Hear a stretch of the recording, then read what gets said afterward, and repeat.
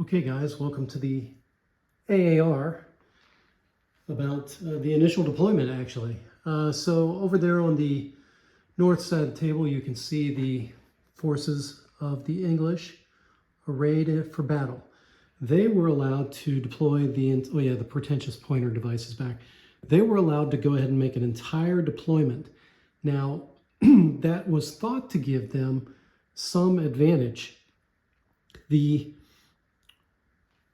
deployment over here that they showed you had only one unit, a set of skirmishers in column formation over here on this side of the river. If you recall, the baggage could have been anywhere, and I think they hedged their bets over there. Now, the initial deployment for Team Red on this side of the river, and again, I don't think we're getting everything. You had both cannons. You can barely see one of the cannons, but believe me, both cannons are over here on the side. They deployed one set of skirmishers, a set of 5 blocks of skirmishers in front of their deployment. They had arquebuses behind them, and they had armored foot. The rest of this stuff was not on the table yet. They only had 4 units that they deployed during the initial part of the deployment. What do I think about Blue's deployment? I think having your skirmishers in front to screen getting onto the table is fine, but you put arquebuses behind them. Arquebuses are direct fire weapons, so your skirmishers were in fact screening the fire of your arquebuses. It doesn't matter because they weren't in range yet, but just keep that in mind for future deployments. Similar thing I question over here is putting the cannon all the way in the corner, and I think I can pan it over a little bit. Yeah, okay. So putting the cannon down here in the corner was questionable in my mind. It definitely makes it harder for them to be flanked, but because of the ranges involved here, I don't know that they got a good opportunity for raking fire, which is firing kind of across the diagonal or across the flank of a unit. Instead, you're going to be head on to whatever was deployed. And you saw that, now you couldn't see it when you deployed the cannon, but by turn 2, you had to realize that those cannon were straight up against their heavy horse. Both teams decided to put their baggage almost directly opposite each other. That was something I had to chuckle about.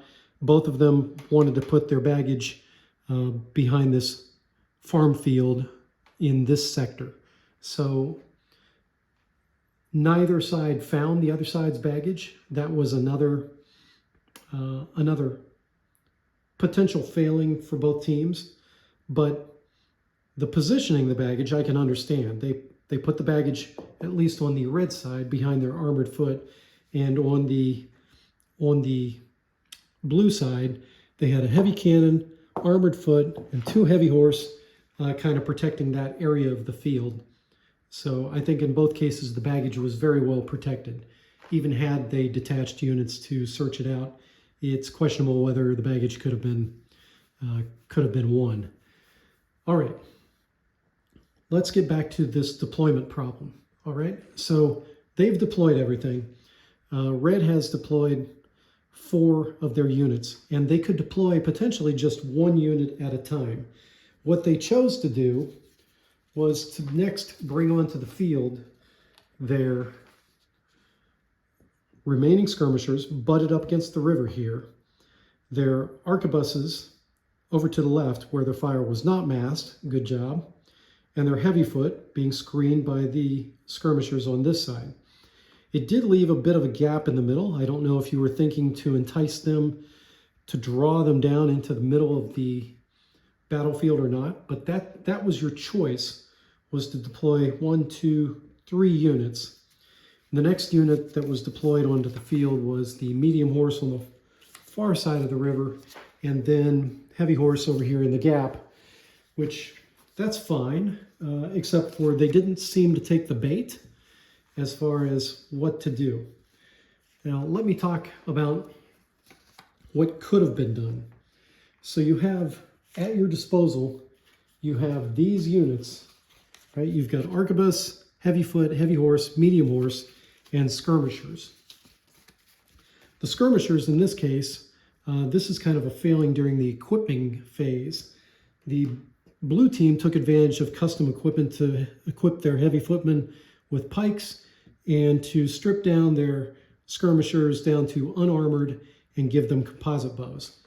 The composite bows having a range of 24, which heavily outdistanced, it outdistanced everything except for the cannon.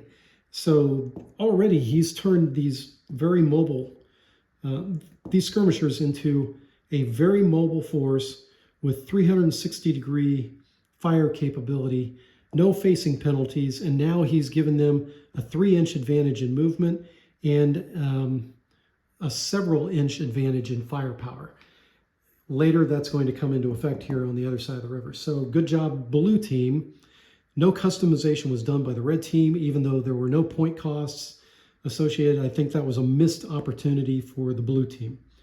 All right, back to this deployment problem. So what you could do to keep the mystery up, and also neither side had probably played with a river crossing like this. A river crossing under the chainmail rules is extraordinarily difficult because you have to come to the edge of the river, then you got to cross the river on the next turn, then on the third turn, you have to stand in place on the far side of the river, reorganizing. So making a move from one side of the battlefield to the other is very tough. What if the deployment had been entirely shifted over, right? You put all those units over there that you've got in the left corner. Instead, you park them here on this side of the river, very close to the river, put the baggage behind either side of the river, and now you've got the option to deploy all these units either to the left on the main battlefield or on the right side of the river. And then you could even cross these guys over. It's an interesting possibility. Here's something else that could have been done, is that you deploy your fastest forces over here on this side of the river, and definitely a missile unit is necessary to pull this off. Probably these skirmishers, because to do a river crossing, like let's say you deploy on the right side of the river and you want to get back to the left, you need to have these missile units, these arquebuses and these skirmishers to cover a crossing in either direction. Probably one on each side of the river.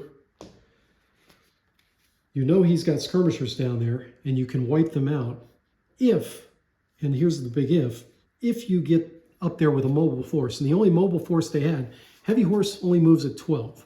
These medium horse move at 18.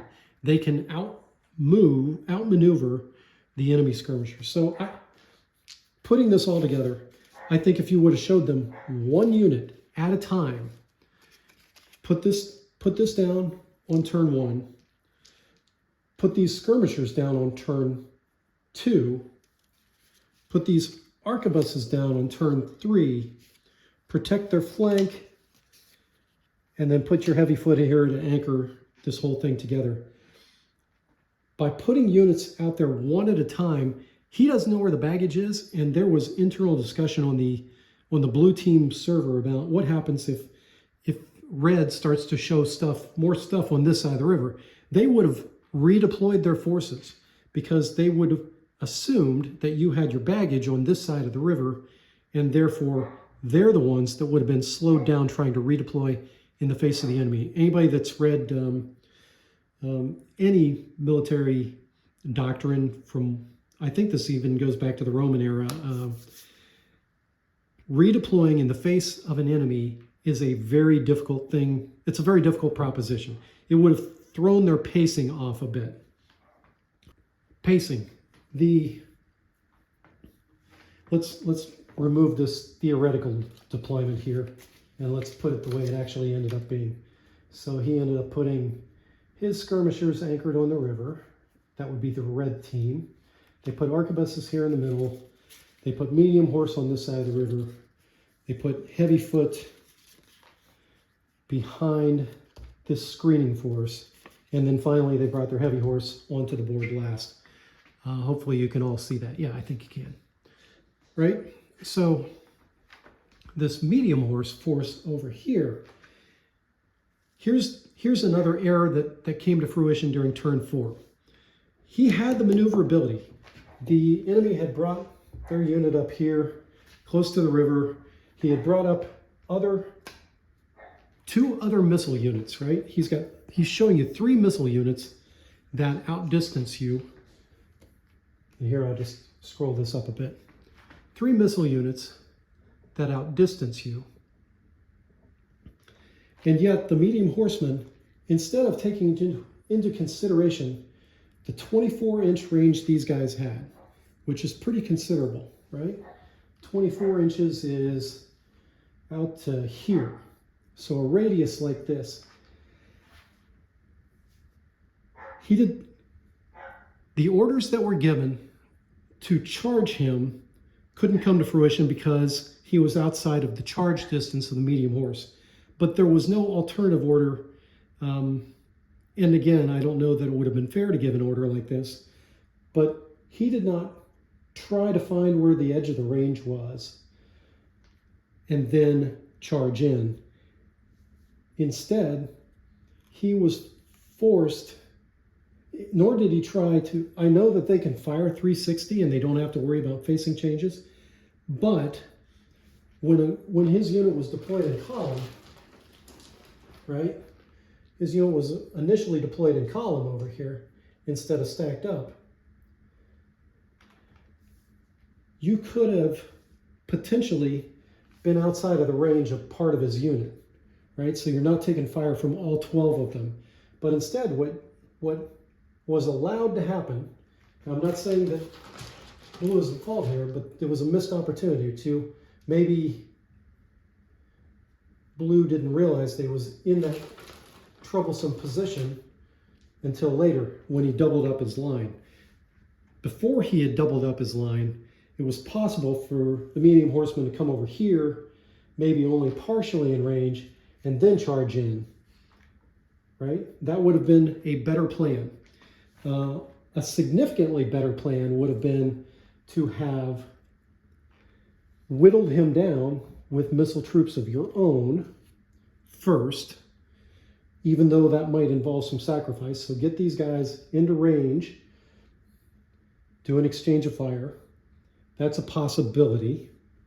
You know, concentrate your fire on those skirmishers, then hit them with the medium horse. And now, once that unit is off the board, because we know Lightfoot is fragile, right? So you get 25%, he has to make a test. You also get the advantage from the medium horse of that morale check, and the excess casualties check for this guy is tough if he gets to 50% losses, which medium horse charging in with all the impetus and stuff.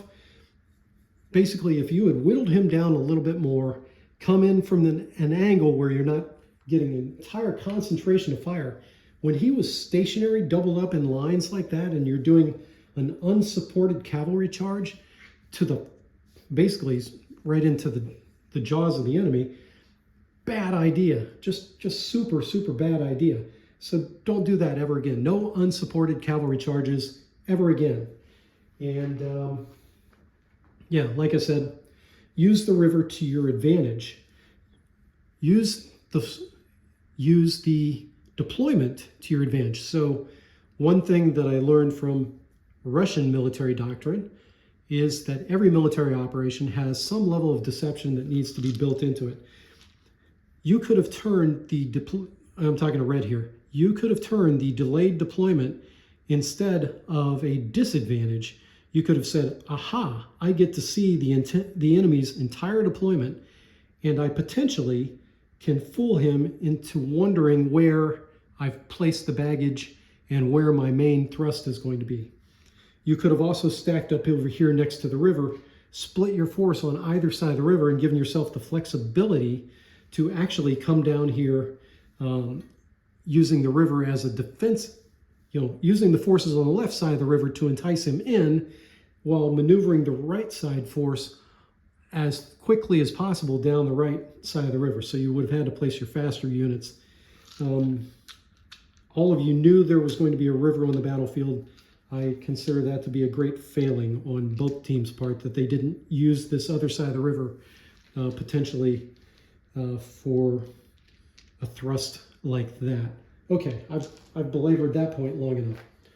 Back over here to initial choices, right? Our Dubs made this choice to place a farm field, which is good. The farm field had with it a fence, and the fence had to be placed on the battlefield with an L shape, right? So the fence over here, and here I'll just use the sticks.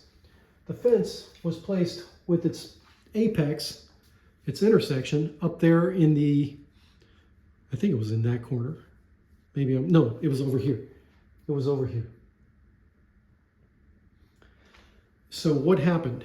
You placed what could have been a significant obstacle, because I delayed their movement by 3 inches, and a significant advantage for your arquebuses, which are nowhere near where they need to be, and turned it into just a minor inconvenience for the below team. And I'm talking to our Dubs and Red here.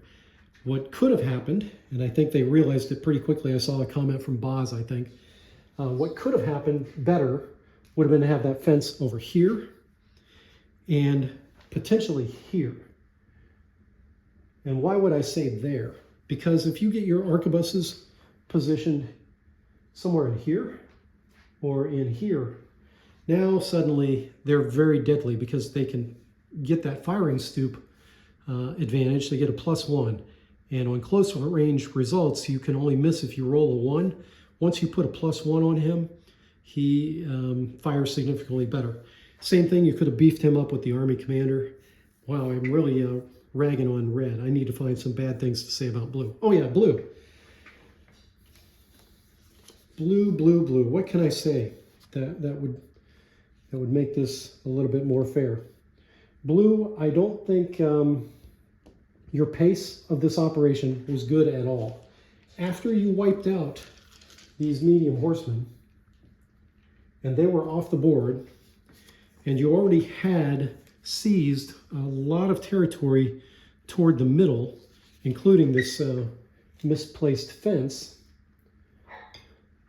instead of moving forward aggressively, you continue to move forward in half moves. And I realized the centimeter scale probably threw things off significantly, but it took way too long, way too long for you guys to get your firepower up and into action. Now, once your firepower was in action, there was not enough space between the missile units and the melee units to really give your missile units time to shine. So pace of operations, seize as much territory as possible, put your missile leaders further out front, use your missile leaders to better effect here in the middle of the table, instead of using like your heavy crossbowmen. Why are you charging with your heavy crossbowmen? These guys are super deadly, especially if you put them up against a wall, where they are basically shielded from enemy cavalry, and they've got pretty good range. I think you could have had a better use for those heavy crossbowmen. Same thing for the arquebuses on both sides. As we saw, arquebuses can be very deadly as long as they hold their fire until the last possible minute. That's a timing issue for both of them. But the arquebuses, the heavy crossbowmen, on both teams, the arquebuses, yes, you guys did equip your units with arquebuses. That was a good idea, but badly executed. I think after we do a few more of these, or you do more with other people, or I do some solo play or whatever, I think arquebuses can be much more deadly if used a little bit differently on the battlefield. What else on the blue side? Yeah, blue. Similar thing, those heavy horse could have charged down faster and gotten into the skirmishers down here and blew them out pretty quickly on the red side. Overall, I'm a more aggressive player, and therefore I'm faulting you for not being aggressive and being like me. That's just the way it is. There was one point during the battle, though, where I actually, in the red chat, said, oh, it was after the medium horsemen were blown away. And Boz said something, maybe with some expletives. And I said, seize the initiative, right? Sure, you lost one unit, but you still have, on the red side, a considerable amount of force. And by then they had these arquebuses up, and it was looking pretty good as far as their capability to cover the middle of the battlefield with missile fire if they had just seized the initiative and moved up. And again, I'm ragging on red now. Both teams, better pacing, more aggression, would have possibly carried the day. You're forcing the other side to react to you instead of you reacting to them. Okay, what else? We've talked about medium horse. I don't think we have much to say about the heavy footmen. We've talked about arquebuses. Let me clear some of this stuff off. Heavy horse. Let me talk about the red heavy horse here for a minute. So knowing that the enemy heavy foot, their pikemen, can't be attacked frontally, why would you put these heavy horsemen, why would you put them into a charge into the front of that unit? It doesn't make any sense. That was the probably least effective use of these heavy horse, aside from as a desperate last measure, because by that time the losses had stacked up pretty significantly. So I won't be talking about that anymore.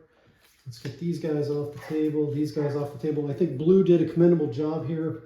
Let's give Blue some praise for what they did with this unit and its ability to get down here on the flank and potentially provide missile fire. All right, so we've talked about that. We've talked about skirmishers.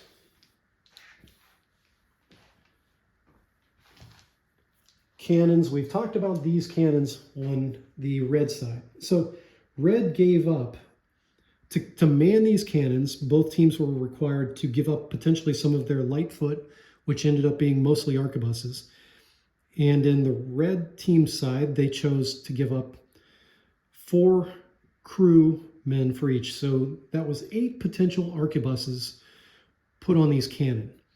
These cannon both had an opportunity to fire once and were then pointed in the wrong direction.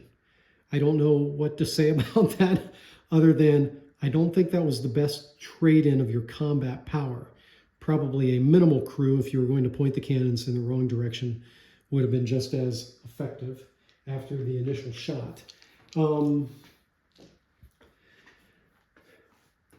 Cannon fire on the blue side.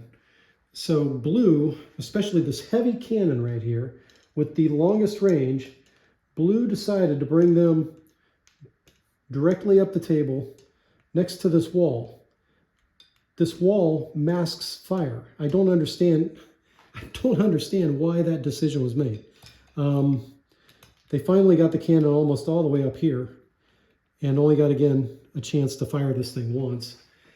I think cannon fire, to be more fun, we would have to have more cannons distributed on both sides so that there would be many more opportunities to fire, because the reload pattern is pretty low, especially, and here's where Blue might have made a better decision.